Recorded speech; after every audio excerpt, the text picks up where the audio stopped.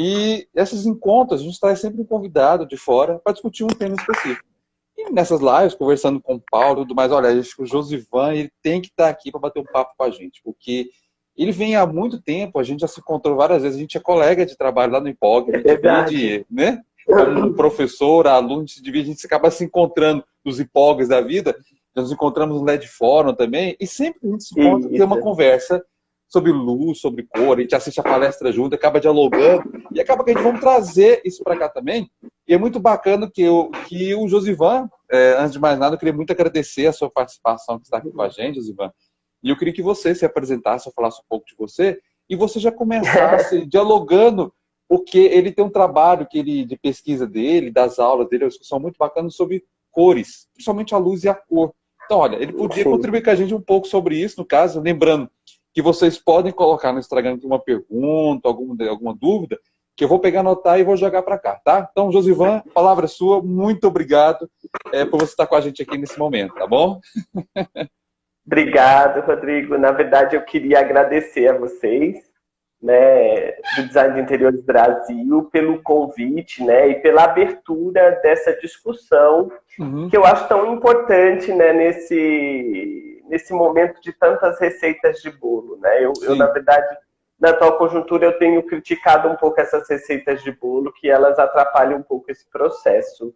Sim. E o meu grande objetivo é criar um outro olhar ou trazer uma outra forma de discutir essa questão da cor e da luz. Eu me chamo Josivan Benegatti, eu tenho formação em arquitetura e em design de interiores, né? Eu fiz pós-graduação em arquitetura comercial, que é também uma matéria que eu trabalho muito e viajo muito, dando aula e discutindo sobre ela, né? E também eu fiz 2 especializações em cores, no IPOG, né? Que é essa casa maravilhosa. Né? Me sinto tão bem no IPOG.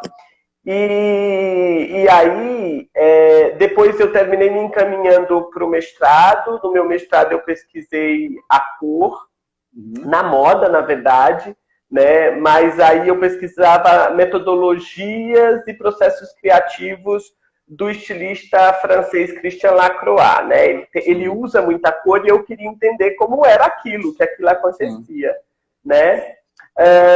E aí, na verdade, eu sou professor da Universidade Anhembi Morumbi, da Universidade Unip, da ETEC Carlos de Campos, né? Eu dou aula nos cursos de arquitetura e de interiores, e agora eu estou, na verdade, fazendo doutorado, né? Eu estou fazendo doutorado na Faculdade de Arquitetura e Urbanismo da USP, e a gente continua com o mesmo objeto de pesquisa, que é a cor, né? E, assim, o que eu posso dizer, Rodrigo, é assim, esse assunto ele é muito complexo, ele abre vertente, ele é multidisciplinar ou talvez transdisciplinar, e ele sempre abre questões em outras matérias. E aí eu acho que a gente é muito fisicista, e aí quem fala diferente da física é como se não tivesse mérito, sabe? E eu acho que o pessoal da iluminação precisa se soltar disso, né? Precisa ter outros olhares, inclusive. Eu espero que a gente chegue nessa discussão em algum momento sobre o uso da cor na iluminação, e eu vou dizer para você que eu condeno a gente ver poucas amostras dessa utilização da cor na iluminação, com entendimento, com aspectos compositivos envolvidos, e aí eu acho que é isso que a gente vai discutir. Não, claro, a gente vai falar que como eu venho da iluminação cênica, 95% dos meus trabalhos envolvem iluminação cênica, e para a gente, da cênica, do teatro, a cor é algo muito comum para a gente trabalhar. Praticamente todos os espetáculos de teatro e show nós carregamos com muitas cores. Tanto que eu tenho comigo 2 pastas. No teatro você tem a questão do LED, no show tem muita questão do LED, no teatro você tem os filtros corretivos. Então tem 2 pastas, uma com cores mais saturadas e outra com mais correção. Só quando a gente parte para um espaço como um interior, uma casa, uma residência, um bar, a gente acaba transitando muito sobre temperaturas de cores, mas nunca vem nas cores específicas. Mas eu acho que isso é importante hoje, ainda mais com o LED. Só que o LED tem umas coisas, eu estava até conversando com uma amiga numa outra live, que o LED tem uma coisa bacana, te dá muitas possibilidades, mas também a gente pode Sim. errar muito se tiver cuidado com Claro. isso, sabe? Aí eu queria que você discorresse assim, o que você acha de a utilização de cores nos interiores? Eu falo assim, uma cor, não fala Tá. temperatura de cor, mas uma cor saturada. Não só da luz, mas a cor, em si, né? A cor em si mesmo, um vermelho, um verde, azul é correto, não é correto? Uma coisa que a gente tem tipo assim, não vamos usar luz verde em árvore verde, mas depois a gente fala muito sobre isso. Mas a sua opinião, eu queria que você discorresse um pouco sobre isso. Eu acho assim, eu acho que a gente precisa aprender uma outra forma de fazer isso. Essa forma que as escolas de design de interiores ensinam, Rodrigo, elas estão falidas. Falidas porque não há teoria da cor, porque não há nada para aprender aquilo. A gente aprende a fazer o disco, depois faz aquelas harmonias análogas, complementares, dividida simples, dividida composta, e acabou. Porque o que falta é informação de entender o que é aquele disco cromático de verdade, né? E todos os aspectos que aquilo envolve. Então, a gente tem cor, tem dimensão, igual essa mesa tem uma dimensão. A mesa que eu estou usando, ela tem. E as dimensões dela diferencia ela de uma outra mesa. Então, não é tudo a mesma coisa. Cada coisa é uma coisa, tá?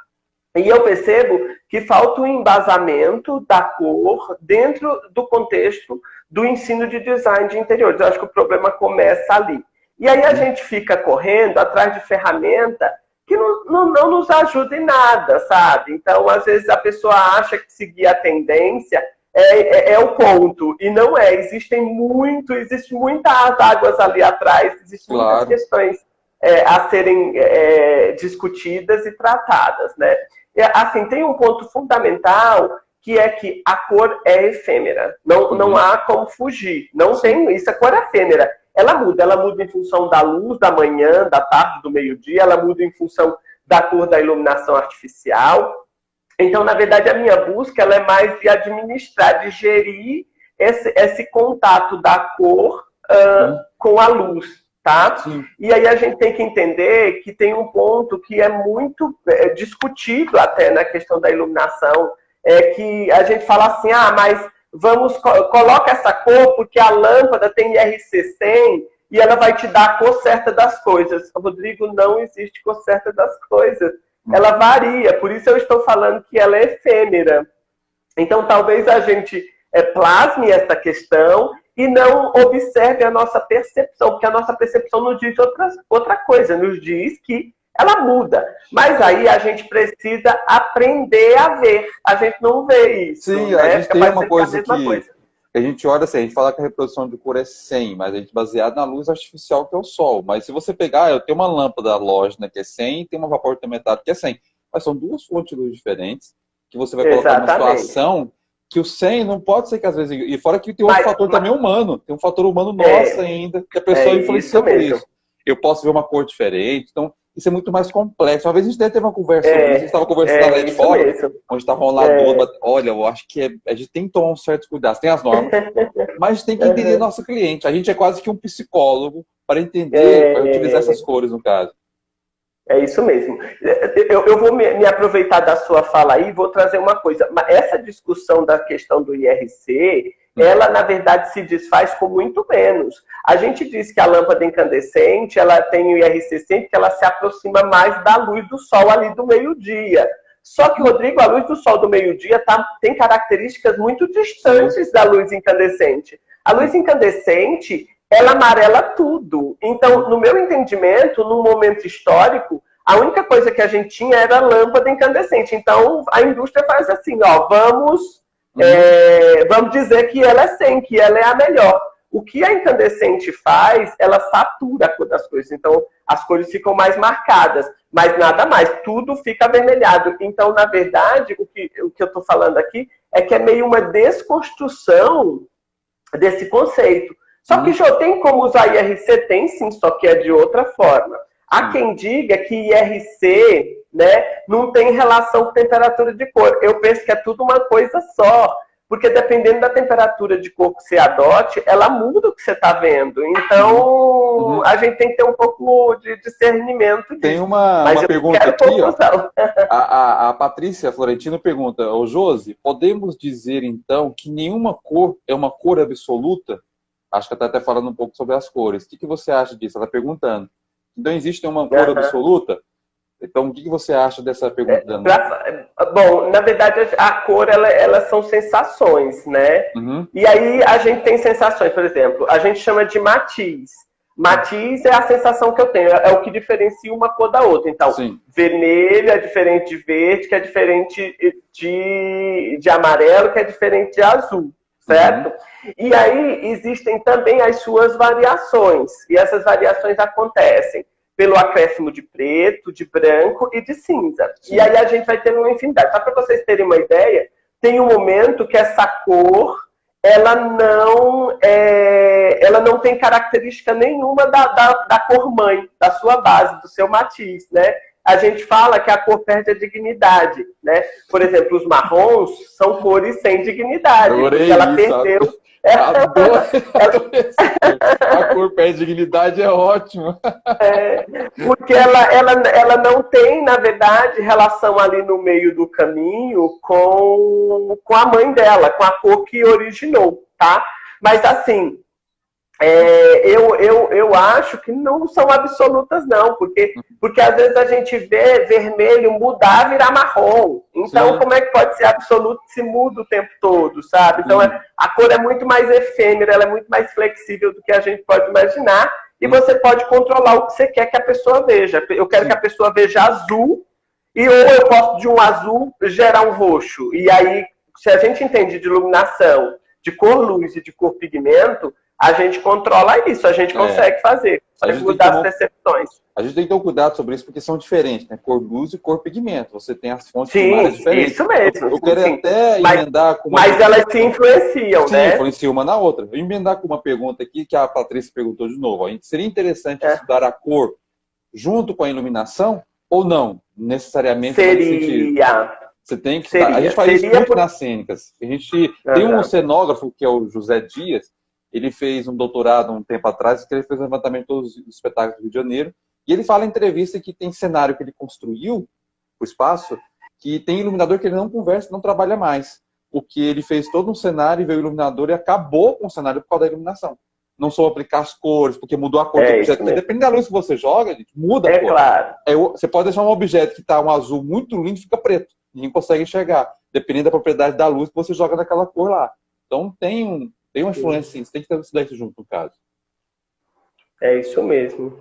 É bem isso mesmo. Então a gente tem eu acho que deveríamos sim. Na verdade, lá no Jardim da Infância, a gente não deveria trabalhar só o disco cromático, só com a tinta. A gente deveria fazer exercícios com luz colorida, de lanterna.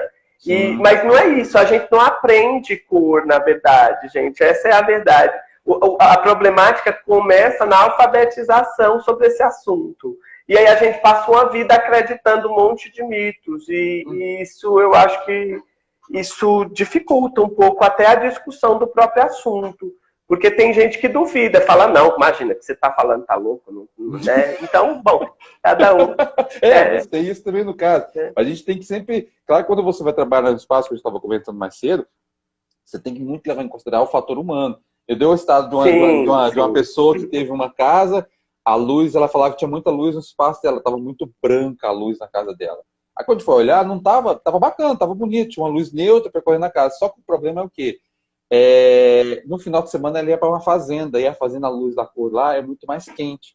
E ela se sentia muito mais confortável nesse espaço. E ela queria isso na casa dela. Então, mesmo que a casa dela estava tudo seguindo umas normas bacanas, a pessoa que projetou esqueceu o fator humano. Acaba que a gente que trabalha nessa área de iluminação, a gente tem que ser meio quase que psicólogos para conversar com os clientes, entender, trazer os sonhos para a casa dele, no caso. Às vezes ele vê eu fui ver um trabalho lá fora, um espaço todo colorido, que trazer para minha casa. Eu sempre falo para o pessoal dar uma olhada, uma pesquisa, falar de cor e espaço, eu sempre cito o James Turrell, que ele faz uns trabalhos, umas instalações, ele tem várias entrevistas que ele discorre sobre isso, né? Sobre a questão dessa cor do espaço, que ele quer que a pessoa, quando veja o espaço dele, ele saia do seu corpo e observe a si mesmo, admirando aquele espaço.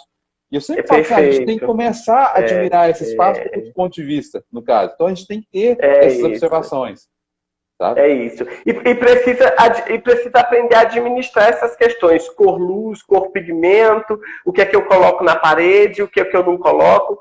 Eu tenho umas questões assim, Rodrigo, que elas fogem um pouco do praxe do mercado, né? Eu acho que assim, eu acho que a gente no Brasil, a gente tem uma problemática com essa questão do briefing. Esse nosso briefing que a gente aprende na escola, ele é furado, sabe?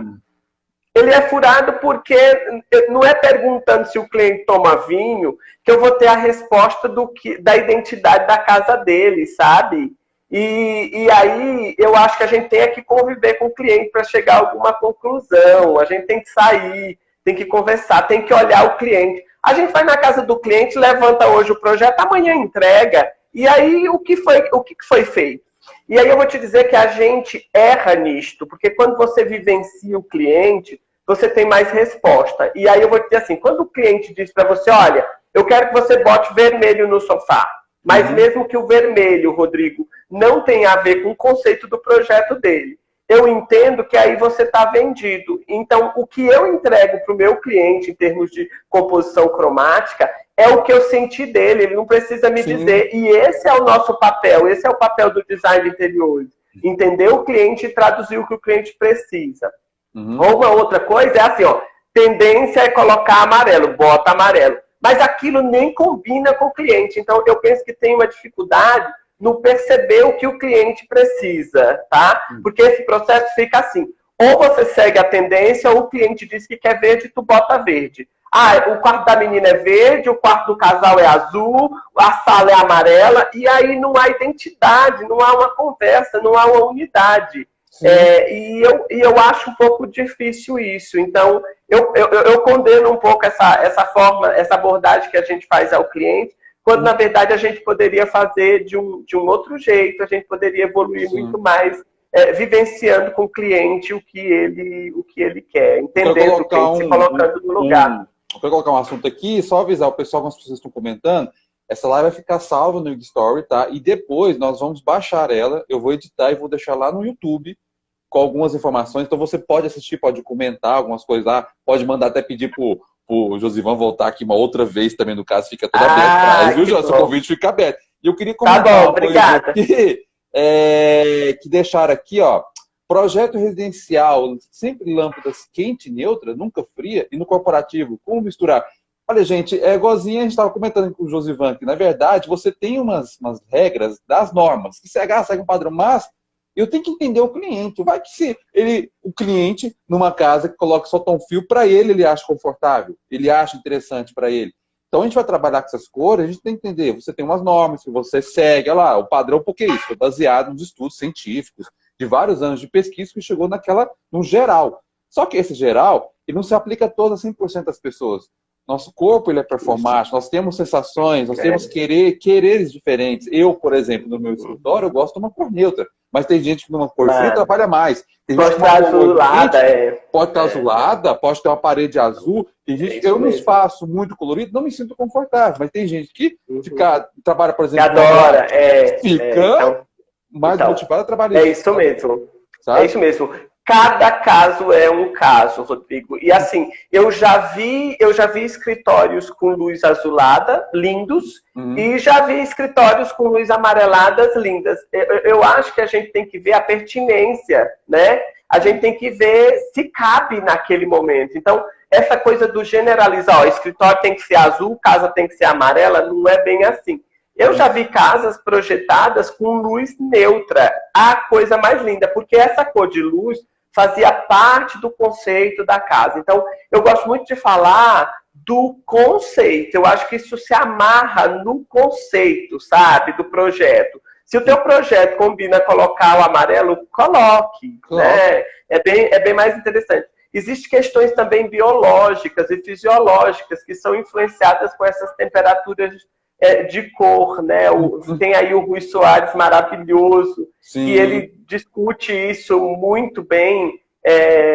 A gente até teve uma live para trás com ele, que ele falou sobre isso. A Cristina também comentou sobre isso também. Porque quando a gente fala cores também, a gente só tem que ver em qual caminho vai perguntar. Se é a cor, temperatura de cor, quentes, ou frias, mas tem outra que é a cor da luz mesmo.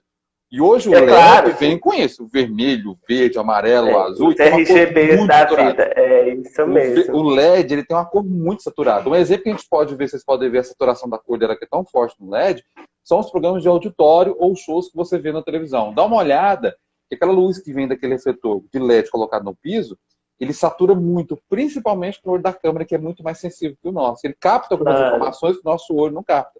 Então, se você vai fazer um trabalho de interior, por exemplo, e vai ter fotografia ou câmera, você tem que pensar naquilo com o olho da câmera também, que tem um outro olhar muito mais sensível que a gente. Que é diferente, né? É diferente. É diferente. É uma máquina, tem um resultado, ela precisa de algo bem objetivo. Nosso olho não. Quando a gente está olhando por um espaço, tem vários cálculos que nossa cabeça está fazendo para equalizar aquela iluminação. Cores quentes, neutras ou frias. Quando você tem uma câmera, você foca e desfoca. Você controla. O nosso olho não. Ele pega um total e o nosso controla esse foco.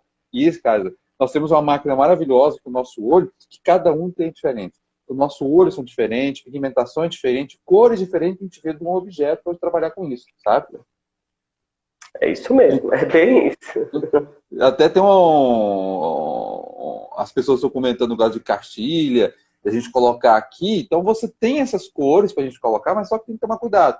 Agora sim, Josivan, queria que você comentasse, falasse um pouco assim, o que você vê assim de mais errado quando a gente fala de uso nas cores? Tem alguma coisa que você acha que as pessoas cometem muito erros na parte de usar cores nesses interiores, como vai trabalhar nesse sentido? Tem algum erro muito comum que as pessoas costumam fazer? Ou pessoas estão começando a fazer? Ou querem, não, vou colocar o amarelo porque é bonito. Tá, mas tem outros fatores que envolvem isso. Eu acho que...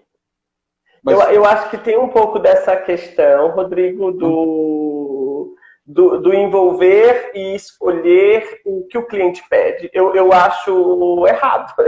Eu não acho isso nem um pouco. Entendam. Entenda por que eu estou falando isso. Porque aquilo não é o que ele quer. Aquilo não é. Porque você desenvolve um conceito de projeto. E nesse conceito de projeto se amarra a questão cromática.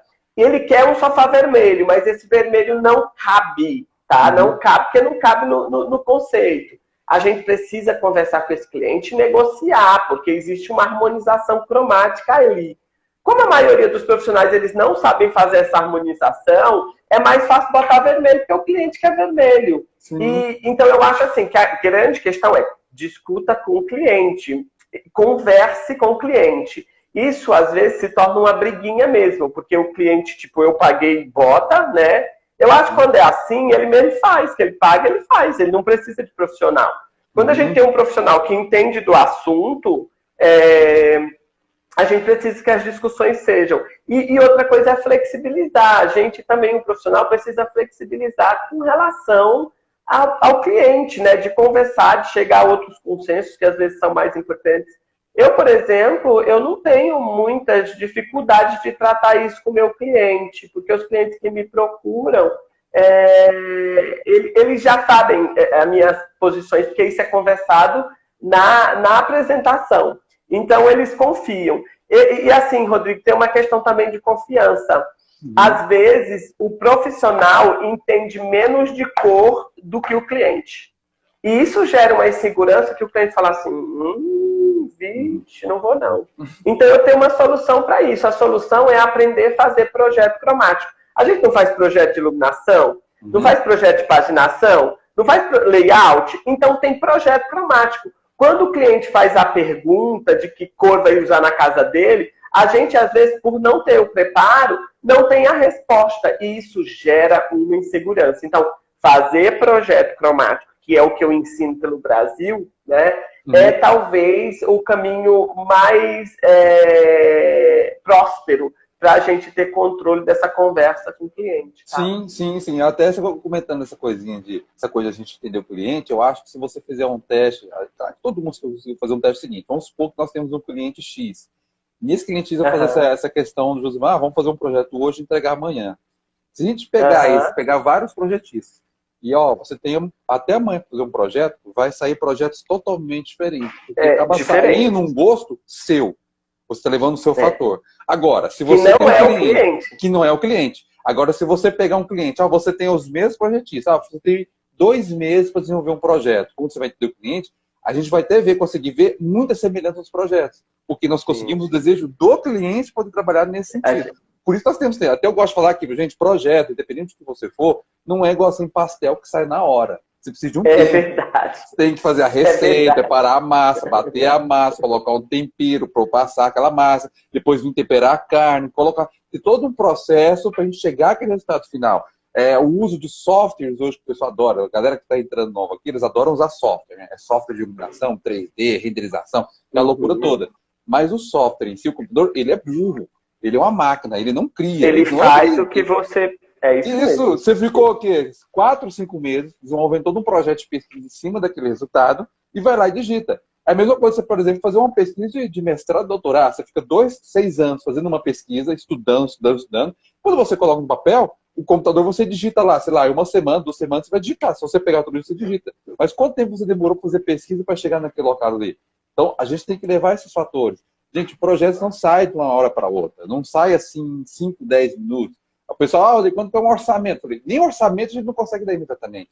Eu tenho que entender qual é o processo de criação, porque de um cliente para outro, o processo muda. Então, são clientes que entendem mais rápido, são clientes que às vezes pode falar. O que a gente consegue dar é, na verdade, uma proposta de quanto custa o teu trabalho. A gente não consegue fazer orçamento se não tem ainda nem projeto, mas eu digo para você que, para mim, também os clientes solicitam muito. Show, quanto eu vou gastar? Não sei quanto você tem, na verdade. Né? A gente tem que ter projeto. Não tem projeto, eu não consigo te dizer. Isso é bem importante. Queria que você discorresse para a gente aqui, deixasse qual que é a diferença, como você nessa área mais sul de cor, é mais próximo a você, qual é a diferença que a gente tem cor-luz para o cor-pigmento?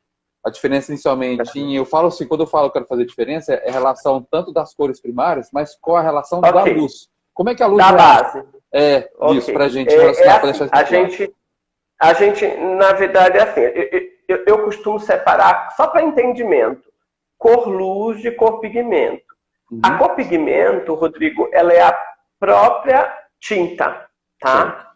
Ela é a tinta que a gente vai lá e pinta o quadro, tá? A gente pinta a parede, entendam. E essa cor, para a gente fazer as suas composições e conseguir produzir todo o espectro de cor-pigmento, a gente tem como primárias não o vermelho e o azul, mas as primárias elas são diferentes do que a gente aprendeu na escola, tá? Essas primárias elas são o amarelo, o magenta e o ciano. O ciano é uma cor muito próxima da cor do céu, tá? Então, aquilo que a gente aprendeu lá no jardim de infância, que pegava a guache, estava um pouco equivocado. Na verdade, a gente usava o que tinha de tinta, né? Então, se você for imprimir, e aí a gente tem um sistema para explicar isso, que é o sistema CMYK, né? Que é ciano, magenta e yellow and K, que tem um pouco de preto, tá? É uma coisa. E aí a gente tem um outro sistema, que é o RGB. Esse sistema RGB é o que a gente chama de cor-luz. Entenda, Rodrigo, o que eu vejo na tela do meu computador é cor-luz.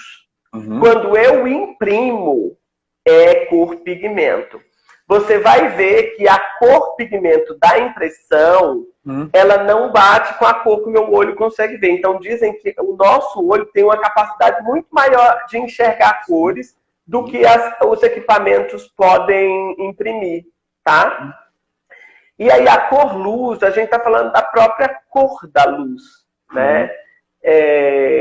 E aí, essa cor da luz, quando a gente vai trabalhar, quando a gente vai entender, ela tem uma outra pegada. E aí essa pegada, ela altera um pouco o entendimento que a gente tem das cores primárias. Por exemplo, as primárias da cor luz são vermelho, que vermelho é uma secundária lá na cor pigmento, né?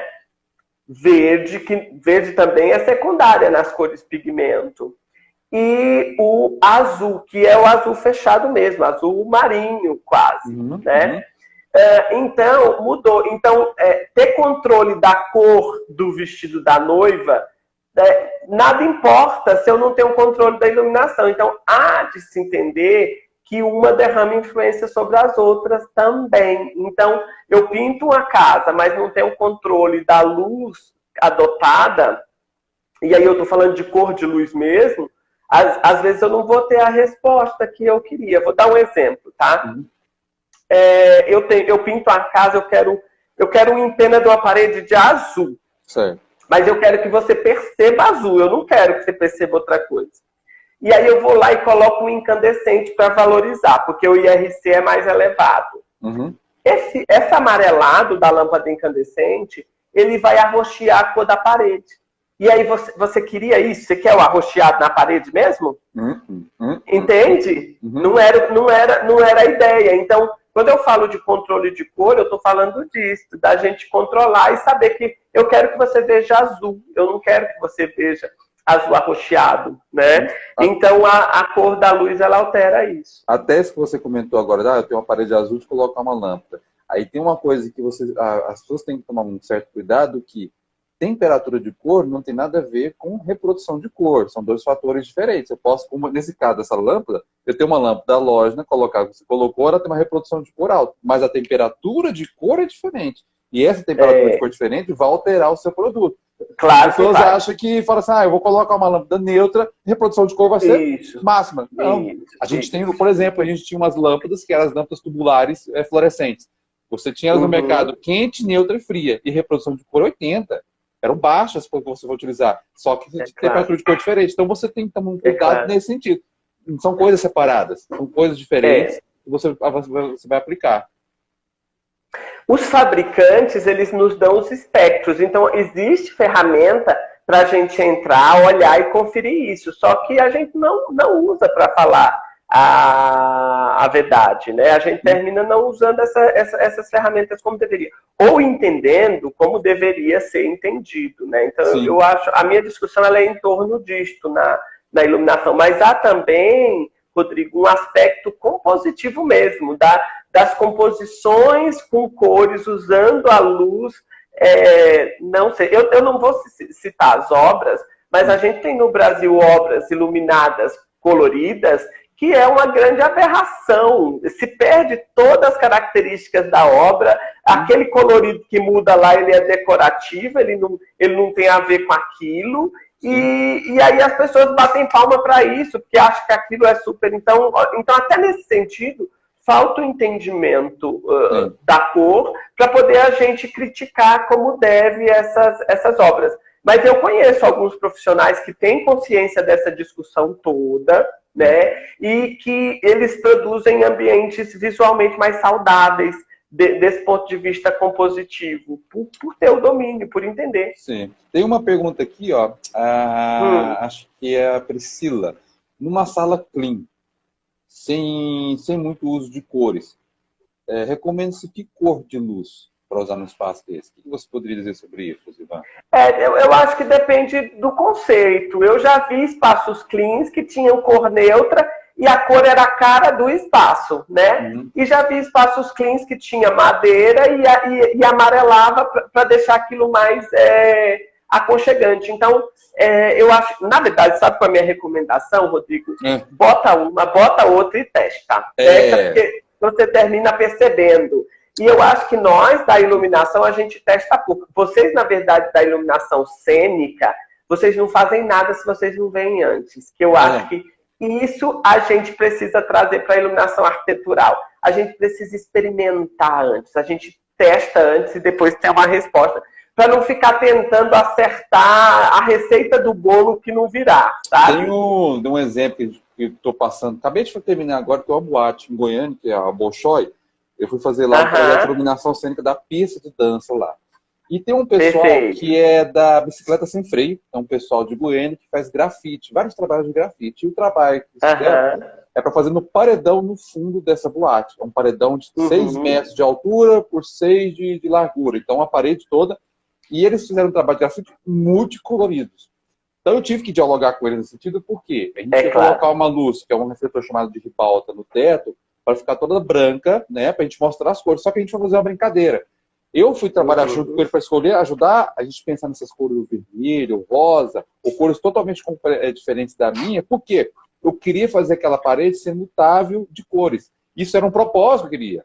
Então, na verdade, eu estou na boate, tá lá a minha luz toda branca, eu estou vendo todo o desenho. Ah, nesse momento agora eu vou jogar um azul, porque o meu vermelho vai desaparecer, ficar preto, e daí eu vou alterar essas cores, vou criando formas, fazer uma coisa diferente. Então, se a pessoa vai na boate num dia, ela vê um desenho. Quando ela foi outro, parece que esse desenho é diferente, porque foi algo proposital, naquele sentido, poder fazer algo randômico, e também porque é o seguinte, aquela parede colocada no fundo do desenho foi pensado como algo cenário, junto com o artista, com o cantor que está na frente.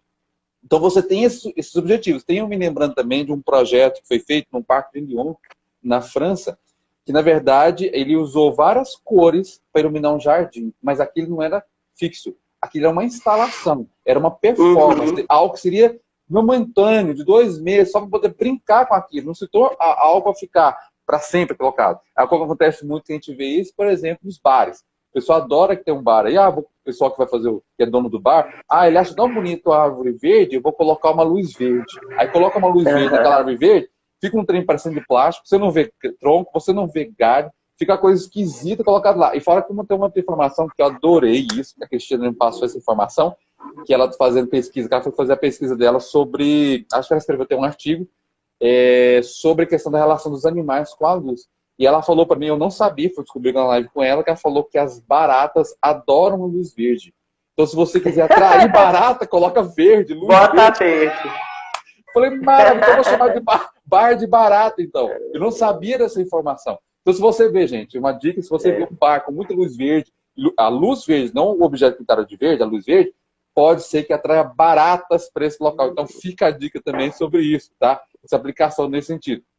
Então, e o que você falasse também, Gisane? O que você acha dessa... A gente falou dos interiores, né? Mas a questão de você usar as fachadas de espaços, como, por exemplo, tem uma coisa que a gente vê muito isso, quando você tem um monumento de uma cidade ou um prédio, eles utilizam aquele local para reproduzir uma cor, por exemplo, outubro rosa, por exemplo. Aqui vira tudo um colorido sobre isso.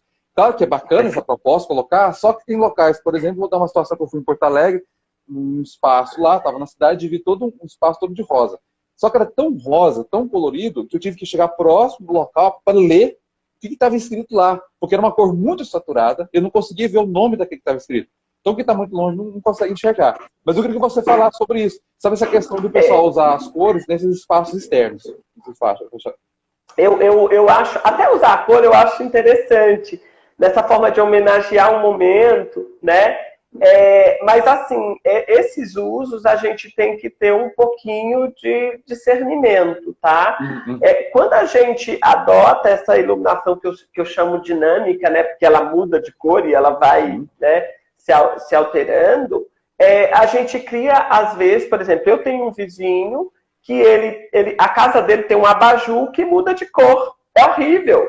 E assim, aquela luz é intrusiva, ela atravessa a rua, vai na minha casa e me incomoda. Então, a minha dica é assim, a gente precisa ter cuidado com o uso da cor nesses espaços externos, porque ele incomoda a pessoa. Então, a gente deveria estudar onde você deveria colocar para ter um controle, para não vazar, sei lá, para iluminar só a fachada e não entrar na casa do vizinho, que é difícil, não é fácil. Né? A gente tem assim, algumas amostras aqui em São Paulo de edifícios que são coloridos, que têm vidraças coloridas, e que a luz do sol bate, a casa do povo todo no entorno fica rosa. Então, quando o arquiteto pensou e produziu isso, talvez ele não tenha pensado na cor.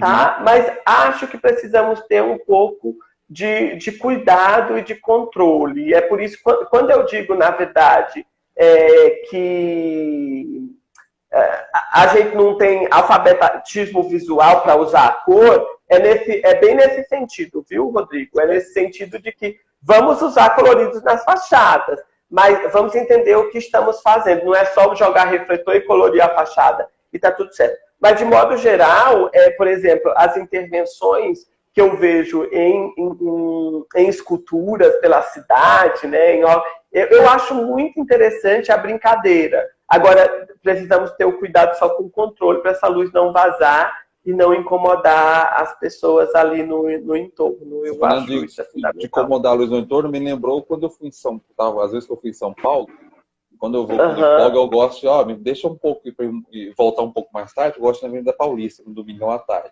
poder pegar aquele movimento, aquele tipo de pessoas. E uma coisa que chama bastante atenção é o reflexo da luz do sol naqueles prédios, que dá um reflexo, uma luz verde na pista de fora a fora. E quando você olha no prédio, aquele monte de reflexo de luz, e pensa, gente, como é que a casa dessa pessoa com esse reflexo de luz colocado ali de fora ali? Deve ser uma coisa muito, muito, muito, muito louca. Eu queria colocar aqui algumas falas perguntando. Primeiro, numa sala clínica, alguém perguntou que, misturar temperaturas de cores em um mesmo ambiente para serem usadas juntas. Se tem um resultado confortável, aí eu já emendo. Eu acho interessante quando a própria luminária tem um controle. Eu não gosto quando isso é visível. Por exemplo, vamos lá. Salão de beleza, tem gente que fala que a iluminação ideal bota um azul, bota um amarelo. Pelo amor de Deus, isso não é ideal em lugar nenhum, né, gente? Então, a gente tem que ter um cuidadinho com isso. Hoje a gente compra luminárias que, na verdade, a luminária muda. Mas eu tô muito mais preocupado com essa coisa do mudar do efeito mesmo, do que dessa discussão toda da questão do human-centric light, né? Não sei, eu não acredito muito nisso. Mas eu acho legal, eu acho bacana mudar e você ter outra atmosfera e você ter outras respostas ali naquela situação, né? Eu acho super legal. Não, também porque assim, hoje as próprias luminárias hoje já têm efeito. Eu tenho um exemplo, aqui em Goiânia tem a sede da editora do FG, que eu estou vendo a questão da iluminação lá. Nós vamos colocar alguns pendentes lá, que ela vai ter uma luz neutra para baixo, para iluminar a área de trabalho do pessoal do escritório, e uma luz quente vai ser projetada para cima, para iluminar o teto. Claro. Então a gente pode trabalhar com as luzes aí, só que essa luminária tem dois fatores. No ambiente eu quero só a cor quente para cima, no outro ambiente só o branco para baixo. Ou vou deixar os dois. Então, na verdade, tem essas propostas, você pode misturar, não tem problema nenhum. Eu acho bonito isso, porque você consegue ter profundidade, volumes, formas, texturas nisso no caso. A gente faz uma coisa muito na iluminação cênica, que quando a gente tem a questão dos focos de luz, que é chamar a atenção do olhar. E num palco, quando você tem, por exemplo, 2 atores posicionados, 2 peças posicionadas, isso você vê muito isso, até fora disso, vitrines, por exemplo, você consegue ver isso. Quando você tem 2 objetos com a mesma intensidade luminosa, com a mesma projeção de luz, com o mesmo refletor, mas se eu tenho um objeto que tem uma cor quente, uma luz quente projetada e uma luz fria, esse objeto com a luz quente chama muito mais atenção do que o objeto com a luz fria. Então a gente consegue até aproximar e afastar. Distanciar. Isso é a teoria da cor. A cor quente, ela sempre está um passo à frente da cor fria, ela sempre vai chamar mais atenção, mas existem outras possibilidades também. No que diz respeito ao que a gente chama de saturação. Saturação é quanto mais pura a cor é. Então, se eu saturo, se a cor fica pura, ela sempre vai chamar mais atenção do que a outra, que está, obviamente, desaturada, né? Mas eu, por exemplo, eu visitei uma vez aquele edifício da Philips, e lá era um exemplo dessa utilização da mistura, né? Só que eles controlavam, por exemplo, quero dormir um pouquinho, entro numa sala, fecho a porta, muda a cor. O que me incomoda um pouco é a falta da unidade. Então, às vezes, você cria uma sala que tem luz azul, a outra que tem amarelo.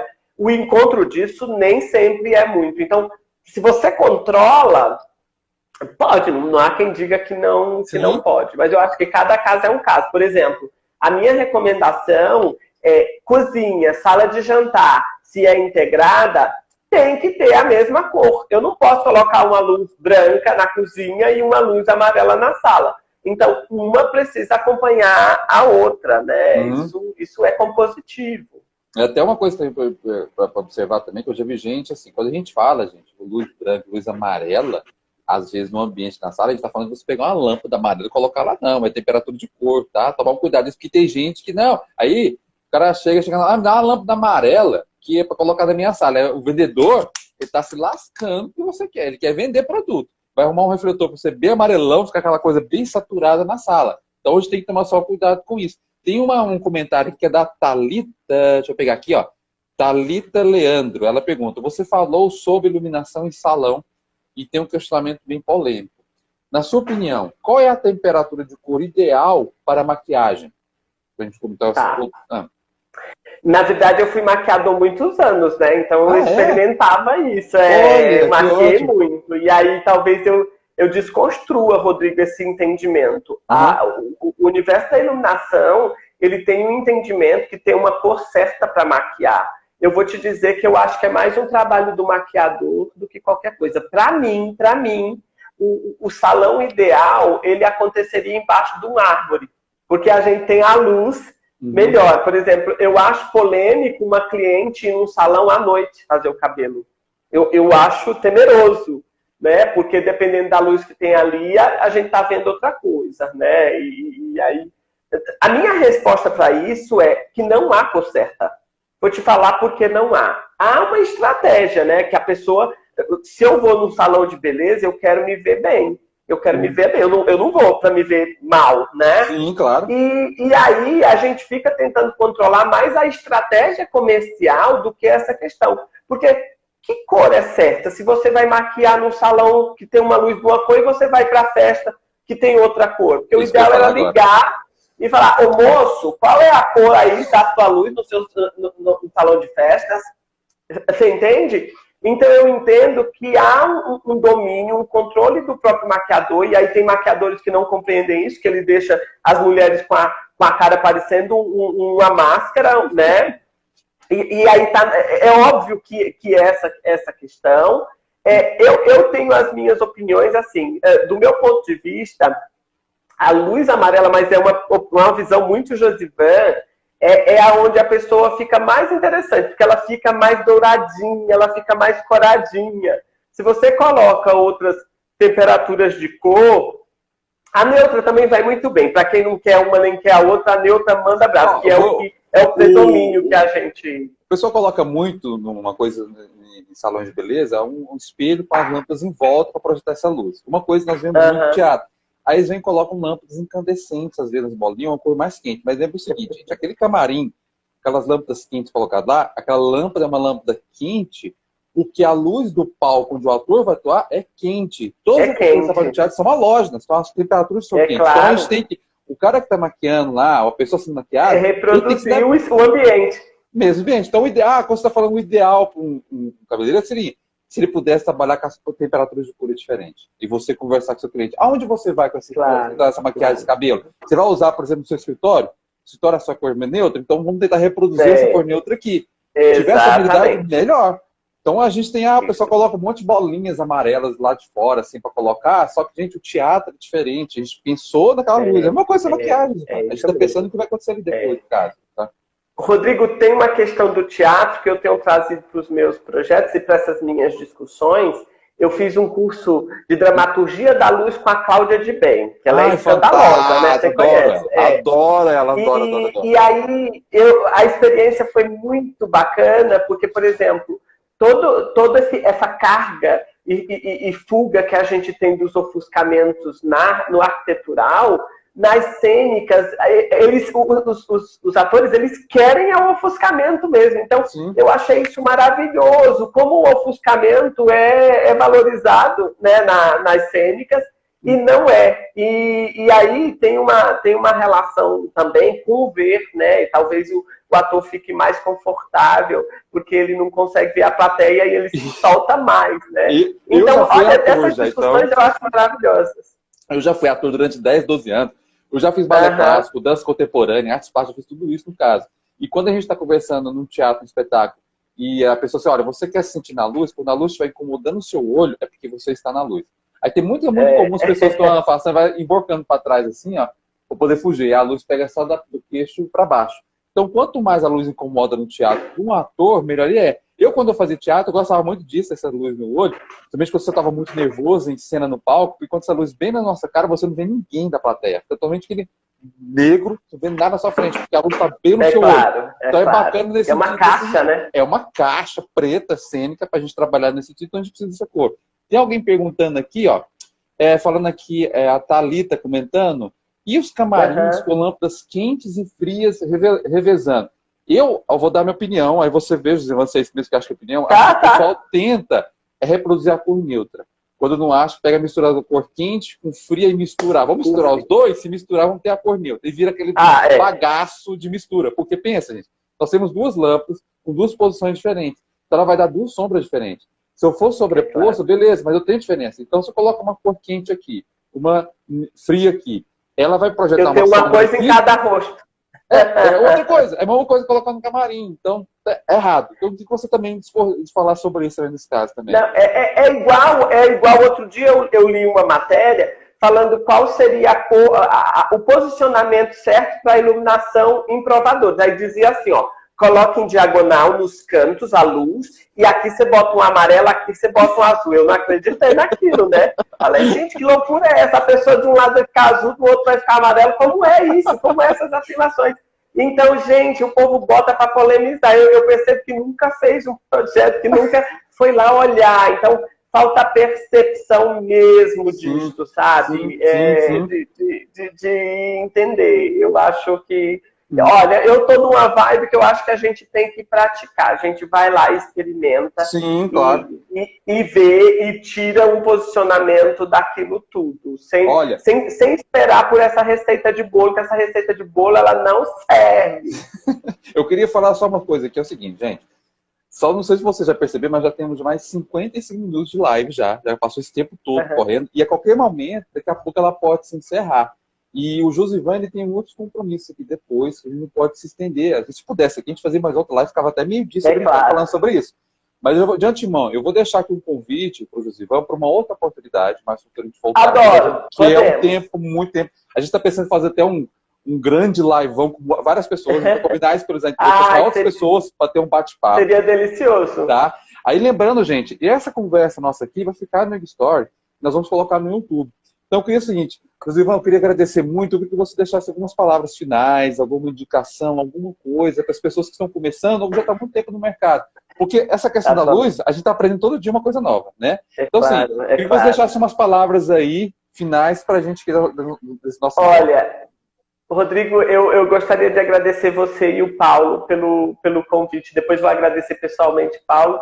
É bem interessante vir aqui trazer essas discussões. Eu, como acadêmico, entendo que isso precisa ser discutido, isso precisa ser falado, isso precisa ser cutucado, né, nesse nosso meio, né, para trazer outros entendimentos e nos levar, e nos tirar, na verdade, do lugar comum. E eu acho assim, para quem tem interesse no assunto da cor, eu acho que a gente precisa teoria, tá? A gente precisa estudar a cor. A gente fala tanto de cor, mas a gente não estuda a cor. Então, seja do ponto de vista da luz, seja do ponto de vista de pigmento, a gente precisa ler e entender esse assunto. Eu vou dizer para você que ele não é tão fácil, porque cada autor fala uma coisa e no final a coisa fica complicada, mas a gente precisa persistir. Leia um, depois leia outro, depois leia outro, e você vai ver que você vai pegando a tarimba e vai pegando o entendimento desse assunto. É até como uma pesquisa de mestrado. Para você estudar um assunto, você vai ter que escutar vários autores que fazem o mesmo assunto com visões diferentes.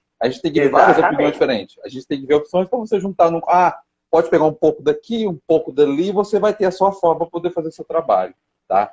Josivan, eu queria agradecer muito obrigado por isso. Obrigado para todo mundo que está aqui. Deu mais de 40 pessoas a live inteira online aqui assistindo a gente numa plena quarta-feira aqui, 10 horas da manhã. Daqui a pouco a gente está indo para o almoço também já. Então, Josivan, muito obrigado. A gente vai marcar um próximo encontro nosso para conversar aqui, viu? Vamos sim. Eu queria agradecer também o pessoal que está aqui, que veio prestigiar a nossa conversa. Tá? Muito obrigado pela presença. Tá bom? Obrigado, gente. Até uma próxima vez. Beijo, tchau, gente. Tchau, beijo, um abraço. Tchau.